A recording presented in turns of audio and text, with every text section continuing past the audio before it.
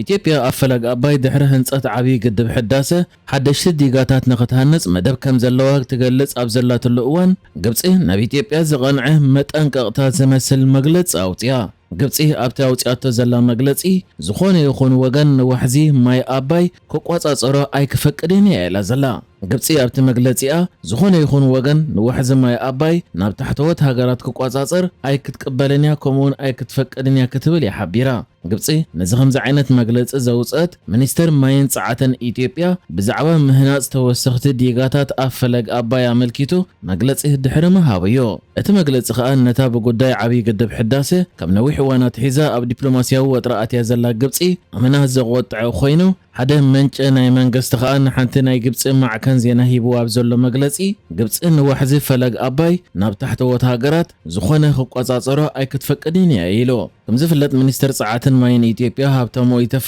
ብዛዕባ ምህናፅ ተወሰኽቲ ዲጋታት ኣብ ፈለግ ኣባይ ኣመልኪቱ ሂቡ ኣብ ዝነበረ መግለፂ ኢትዮጵያ ንዘለዋ ሃብቲ ማይ ኣብ ጥቕሚ ንምውዓል ከምኡ ድማ ካብ ፈለግ ኣባይ ተረባሒት ንምዃን ተወሰኽቲ ዲጋታት ብምህናፅ ተወሳኺ ፀዓት ንምምንጫው ባህጊ ከም ዘለዋ ይገሊጹ። ግብፂ ግን ነዚ ብናይ ኢትዮጵያ ሚኒስተር ዝወፅእ ብዛዕባ ተወሰኽቲ ዲጋታት ምህናፅ ዝምልከት መግለፂ ቅቡል ኣይኮነን ድሕሪ ምባል ኣብ ሩባ ኣባይ ምቁፅፃር ዋሕዚ ማይ ናብ ግብፅን ሱዳንን ዝምልከት መቐፀልታ ናይቲ ኢትዮጵያ ብሓደ ወገን እትኽተሎ ዝነበረትን ዘላን ኣካይዳን ቁሉዕ ምጥሓስ ኣህጉራዊ ሕግን ዝውክልን እየ ኢሉ። ነቲ መግለፂ ከዓ ኢትዮጵያ ኣብ ልዕሊ ናይ ሓባር ኣህጉራዊ ማይ ቁፅር ክትገብርን ኣብ ድሌት ሓንቲ ሃገር ዝተመርኮሰ ክኸውንን እያ ትደሊ ዘላ። ግብፂ ግን ነዚ ኣይክትፈቅድን እያ ኢላ። መንግስቲ ግብፂ ንረብሓ ህዝቢ ግብፂ ኣብ ፈለግ ኣባይ ዘለዎ ብፅሒት ክከላኸል ብዙሕን ሰፊሕን መንገድታት ኣለዎ ክብል እቲ ናይ ግብፂ ምንጭ ዝገለጸ ኮይኑ ግብፂ ከዓ ዝኾነ ይኹን ወገን ናብ ታሕተዎት ሃገራት ግብፅን ሱዳንን ዝኸይድ ዋሕዚ ማይ ኣባይ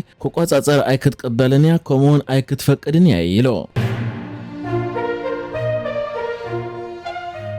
ኢትዮጵያ ሕጂውን ብዛዕባ ኣፍደገ ባሕሪ ናይ ኤርትራ ብፍላይ ድማ ብዛዕባ ወደብ ዓሰብ እትዘርግሖ ዘላ መግለፂታትን ጸብጻባትን ብምቕጻል ሕጂውን ብመንገዲ ዕላውያን መንግስታውያን ማዕከናታ ገይራ ንናይ ኤርትራ ኣፍደገ ባሕሪ ከም ዝተሰርቀ ናይ ኢትዮጵያ ኣፍደገ ባሕሪ ገይራ ክትገልጾን ከላ ኢትዮጵያ ባሕሪ ዝሰኣነተሉ ምኽንያት ድማ ትስዕር ናይ ሃፃያውያን ሓይልታት ከምኡ ድማ ፖለቲካዊ ክሕደት ስለ ዝተፈጸመ ብምባል ኣብ ጸብጻባ ጠቒሳላ። ኣብቲ ብመንግስታዊ ማዕከን ዜና ወፂ ዘሎ ጸብጻብ ንዓሰብ ከም ልኡላዊ ግዝኣት ናይ ኢትዮጵያ ነበር ገይሩ ተገሊጹ ዘሎ ኮይኑ መግዛእታውያን ሓይልታት ድማ ነቲ ዞባ ኣብ ዝተቆጻጸሩሉ ግዜ ኩነታት ከም ዝሓላለኹን ንኢትዮጵያ ድማ ኣፍ ደገ ባሕራ ከም ዘስኣንዋን እያ ገሊጻ ትርከብ። ኢትዮጵያ ብተወሳኺ ኣብቲ ጸብጻባ እቲ ሕጂ እትቕርቦ ዘላ ናይ ኣፍ ደገ ባሕሪ ሕቶ ናይ ግዝኣት ተርፋን ጥራይ ዘይኮነ ምዕራይ ፖለቲካዊ ክሕደትን መግዛእታውያን ሓይልታት ዝፈጸሞ ውዲት መፍሻልን ክትብል ገሊጻ። ብተወሳኺ ኢትዮጵያ ኣብቲ መግለፂኣ ሃፀያውያን ሓይልታት ብዝፈጸሞ መታለሊ ዝኾነ ስምዓት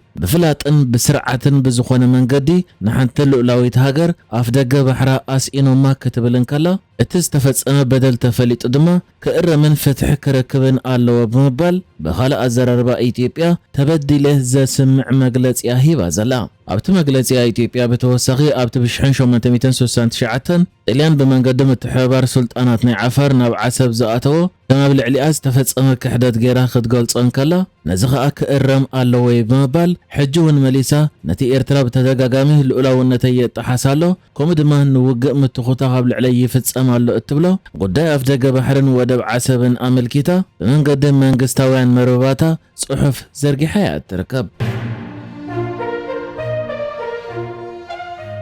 ኣብ ቀርኒ ኣፍሪቃ ሓንቲ ካብተን ናተን መንገዲ ኣየር ዘይጸንሐን ሃገራት ዝኾነት ሃገረ ሶማልያ እቲ ድሕሪ 1991 ንዝሓለፈ ልዕሊ 30 ዓመታት ብሰንኪ ኣብቲ ሃገር ዝጸንሐት ፀጥታዊ ኩነታት ስርሑ ክጅምር ክኢሉ ዘይጸንሐ መንገዲ ኣየር ሶማልያ ካብ ዝመጽእ ወርሒ ትሽዓተ ጀሚሩ ድሕሪ ልዕሊ 36 ዓመታት ንመጀመርታ እዋን ዳግማይ በረርኡ ክጅምር ምዃኑ ተገሊጹ። ሶማል ንነዊሕ እዋን መንገዲ ኣየር ሶማል ደጊሙ ናብ ስራሕ ንኽምለስ ጻዕርታት ክትገብር ጸንሐት ኮይና ኣብ ዝሓለፈ ዓመት ከዓ እቲ ሃገር ነቲ ስርሑ ክጅምር መደብ ገይራትሉ ዘላ መንገዲ ኣየር ሶማልያ ኣብ ጥቕሚ ዘውዕለን 2 ኤርባስ A320 ዝዓይነተን ነፈርቲ نمونا سمع تغيرو مهلاو تغليص نيريو اتمنقد دائر امصاي كينو كلته نفرتي توسخت نفرتك عدغن مليسو نخعبن مدب كمزلو زغلص كوينو ابز حج اوانغن كابز مصور حجمير دحر شحن 991 مجمرتا بررو ككايد مدب تتحيزو مهلاو تغليصو سوماليا منقد دائره موداتا زحلف عمد دغيمو سرحو كجمر مدب غيراتلو كونت نبرت بسنك استفلالي مخنيات غن نبز مص زلو ورحي تدناغو يصنيحو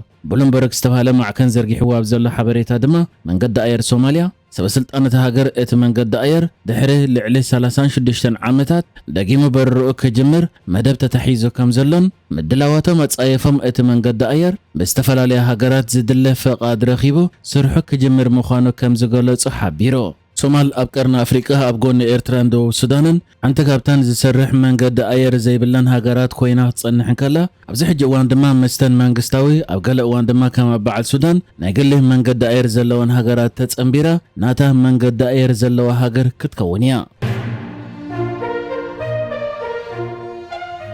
بريزيدنت الأولو بيت مخر السودان أزاز سراوي السودان عبد الفتاح البرهان بناصة هاجراو أجاباب زم حدر أبقداي السودان زملكات الزتا زساتفو وجنات نجزيو كابت حتى تنت كجدفو بوليتيكاون تاون وحسن الدما كوهابا مخانق علاتيو البرهان أبزهب مجلسي اتزاته نخعواتن نسودان زربح وتصيت نخركبن مسزلو كينات بزتحاس حتى تزخونو كم دما بحقاو ملكع تدلي تزخونو والقصبات نجزيو كابت حتى تنت كوص مخانمن بوليتيكاون تاون وحسن الدما كوهابا مخانيق علاتي زلا يخون امبر ازي مانت تزته تباهيلو نتم تساتفت زوهاب كابت حتى تنت ناص اناي مخان سوغمتي غزياو كم زخونن ملو يغريتا كم زي كونن بمغلاص اب لعليهم كس زقربه اندحر الله خوينو اتغبناو مسرح نغزيو خقارصيو اقليلو يعص مالت جن كم زي كونا غليصو يخون امبر البرهان نتين حيلتات قلطف دغف مريحو انصار سراوي سودان زواغا زلو محمد حمدان دغلو دغيمنا بوليتيكاو سلطان زمص زخونه يخون ناي سلام سمع ويزرب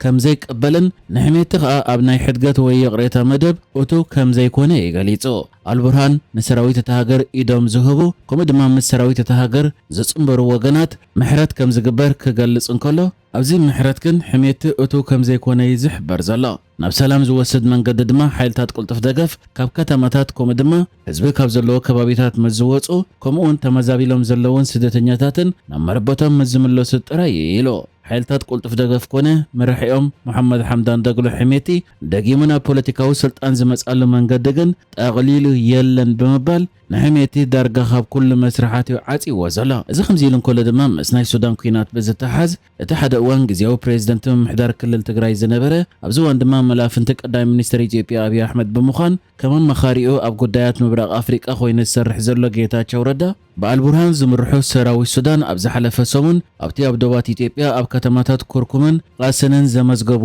ዓወታት ንድሕሪት ተመሊሱ ሓይልታት ቁልጥፍ ዘገፍ ነተን ኣሽተ ዓድታት ተቋጻጺሮምን ከም ዘለዉ ክገልጽ እንከሎ እዚ ዘርእየካ ድማ ካብ ዝኾነ ይኹን ደገፍ እንተረኸብካ ኣባይታ ዝኾነ ለውጢ ከም ዘይመጽእ እዩ ማሕበረሰብ ዓለም ድማ ንህዝቢ ሱዳን ክሕግዝ ምትእታው ክገብር ኣለዎ ብምባል ንምምሕዳር አልቡርሃን ናብ ካርቱም ከም ዘይተመለሰ ከምኡውን መንግስቲ ሱዳን ደጊሙ ኣብ ካርቱም ከም ዘየሎ መንግስቲ ፖርት ሱዳን ኢሉ ክጽውዕ ምምራጹ ነቲ ኢትዮጵያ ኣብ ጎና ሓይልታት ቁልጥፍ ደገፍ ኣላ ዝብል ክስታት ዘራጉድ ዝመስል መግለጺ ኣውፂ ዝርከብ ከም ዝፍለጥ ሓይልታት ቁልጥፍ ደገፍ ኣብታ ኣብ ደቡብ ኢትዮጵያን ሱዳንን ዘላ ኩርሙክ ደጊሙ መጥቃዕቲ ብምፍጻም ነታ ከተማ ሒዝያ ዝብል ኮይኑ በታ ሓደ ወገን ከዓ ሰራዊት ሱዳን ዘሎ ብምዃኑ ሓይልታት ቁልጥፍ ደገፍ ካብ መሬት ሱዳን ተበጊሱ ነቲ መጥቃዕቲ ፈጺምዎ ክኸውን ይኽእል እዩ ዝብል ክስታት ሂቡ ሰራዊት ሱዳን ዝወጽእ ዘሎ نحجز تدالو الزيناتات ازينيرو بكالك ساب نرغب سلام نعخم